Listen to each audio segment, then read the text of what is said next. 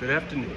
My name is Lieutenant Parker Merritt from the City of Washington Fire Department, and let me welcome you to this short informational message in response to some recent concerns amongst the community. The City of Washington Fire Department works diligently within its budget to train the firefighting staff at the highest level achievable.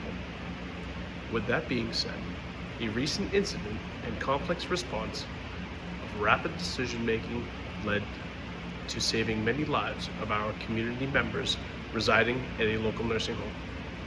The incident unfolded quickly, as our calls often do.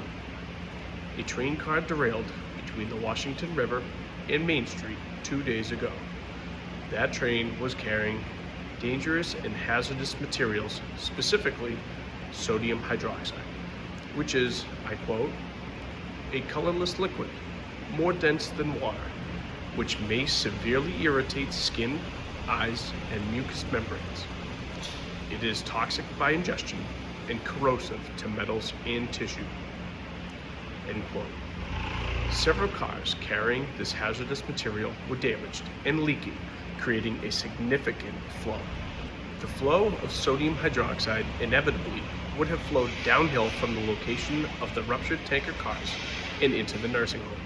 We know this from the pattern of flash floods from the river, which has repeatedly overflowed and flooded the nursing home.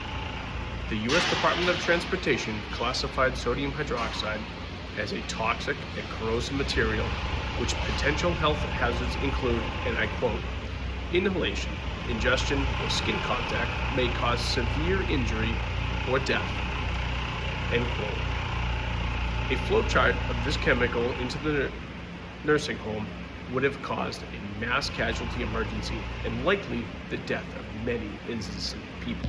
Our engine initially responded with only 2 firefighters, as it normally would, and immediately took action. The firefighters are trained at awareness level, and such can identify that a corrosive material spilled is potentially deadly. They acted quickly and without hesitation to put their lives in jeopardy and build a levee which diverted the flow of deadly chemicals away from the nursing home. This selfless act undoubtedly saved the lives of countless residents and workers in the nursing home. One of the issues I am here to address tonight is that the City of Washington Fire Department does not adhere to NFPA 1710.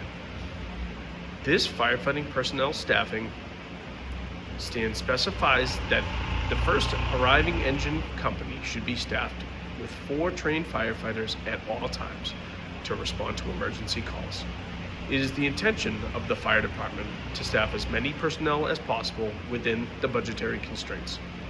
The department has historically continued to apply for grant funding to subsidize the cost of hiring more firefighters, but has not been successful.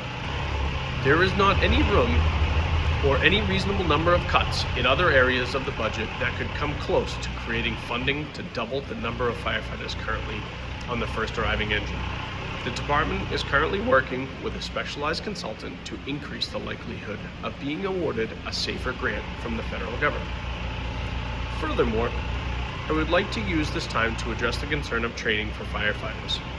Operations Level Responder Hazmat training is not currently offered as part of the Recruit Firefighter Training Program in the City of Washington. Thus, our firefighters graduate with awareness level only. Currently, the department is developing a program on steps to make Washington Fire Department complies with the Occupational Safety and Health Administration regulations for hazardous material response.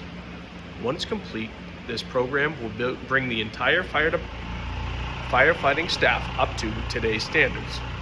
Regardless of their level of training, these firefighters who serve your community are committed to selflessness. They entered the hot zone aware of what they were getting themselves into to stop the flow of dangerous and corrosive chemicals, which surely would have injured and taken the lives of countless staff and senior citizens of the nursing home.